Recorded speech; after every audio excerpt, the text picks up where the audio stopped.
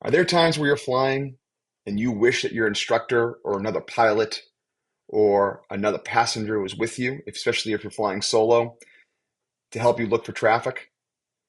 If so, are you utilizing ATC services and VFR Flight Following? In today's video, I'm going to specifically show you how to utilize this service.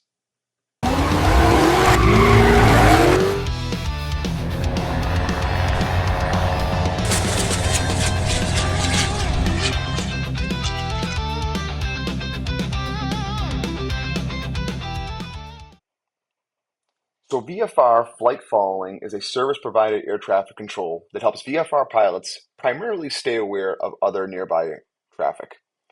When you're flying under visual flight rules, you can call the nearest ATC facility, typically departure or center control, and request VFR Flight Following. Simply give your aircraft call sign, your current position, altitude, and where you're heading. ATC will respond with a unique transponder code, also known as a squawk code. Once you're in the system, they'll track your flight and provide helpful updates like traffic advisories, weather information, or other navigation assistance, but keep in mind it's only when their workload allows. So, I've just departed Lawrence Municipal Airport, heading toward Bar Harbor, Maine.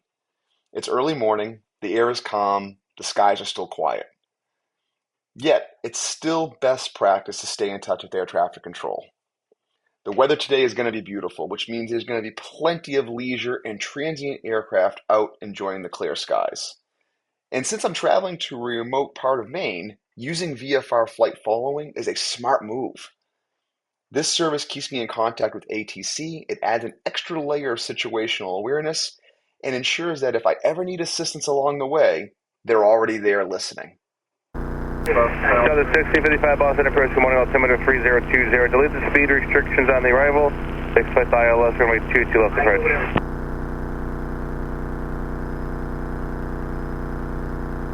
So the 80 Connect Boston Center 134.7, good day.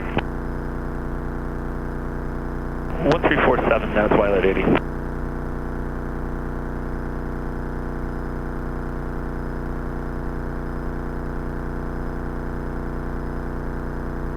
Boston approach, good morning. Cessna 934 Gulf Romeo with request. Cessna 934 Gulf Romeo Boston approach, good morning. Altimeter 3020, stay request. 3020 934 Gulf Romeo is just off of Lawrence, requesting VFR Flight Following up to Bar Harbor, Maine. Number 4 Gulf Romeo, and what's your requested altitude and what was the aircraft type? We're type Cessna 172, we're going to head up to 3,500 feet, 4 Gulf Romeo.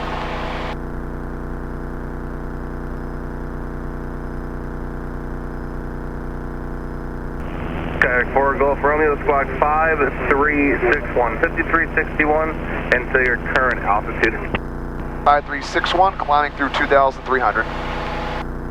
Okay, 4 Gulf Romeo, thanks. Your radar contact 3 miles northeast of Lawrence Airport. And that's it. Now I'm in the system and I'm being monitored. My flight is being monitored by air traffic control. This is phenomenal for me because right now I'm traveling to a remote part of Maine and I have air traffic control monitoring my flight. This is good for several reasons, but the two that jump out for me and the reason why I wanted this service on this particular flight was that one, they're looking out for traffic, and two, being that I'm in a remote area or going to a remote area, if I have an issue with my flight, I can communicate quickly with air traffic control. I don't have to find a frequency, and they know who I am, they know what I'm doing, they know where I'm going, which is extremely helpful. So why don't more pilots utilize this service? Well, the reason is that if you're a VFR pilot and you're flying out of, say, a non-towered airfield, you don't talk to air traffic control as much. So there can be some radio discomfort. There can be just some discomfort and some concern with talking to air traffic control. The reality is that concern, hopefully after seeing this video, shows how easy it is to communicate for this service. And on top of that, what I would share is that in every instance that I have ever had with air traffic control, I have always had a positive experience. I fly in the Northeast, and the Northeast controllers are phenomenal. Now, as you fly along, you're going to be handed off to other controllers. Each approach controller or center controller, they operate a sector of the system, and you'll have to be handed off to another frequency for another controller or for better radio reception. So I'll quickly show what that sounds like. Again, very straightforward, very easy. Kayak 4 Golf Romeo, contact approach 125.05. 125.05 for Golf Romeo. Good day. Good day.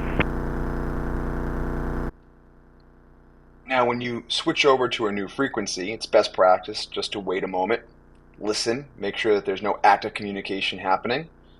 And once you know that there's no active communication happening between ATC and another aircraft, then you call in and you check in just like this. Boston approach, good morning. 934 Golf Romeo, level 3,500.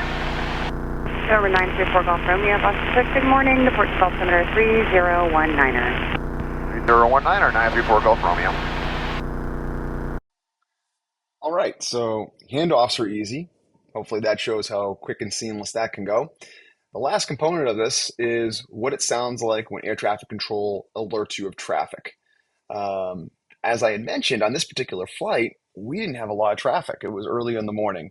So the only one that I received, you're about to see and about to hear, was actually a heavy C5 departing out of Portsmouth, which is also known as Pease, and which is really kind of neat. The typical response to when you're looking for traffic is either I do not have the traffic or I do have the traffic. Report Golf Romeo, the Portsmouth Airport at 12 o'clock, about 6 miles. We'll have a heavy C5 departing northbound off runway 34.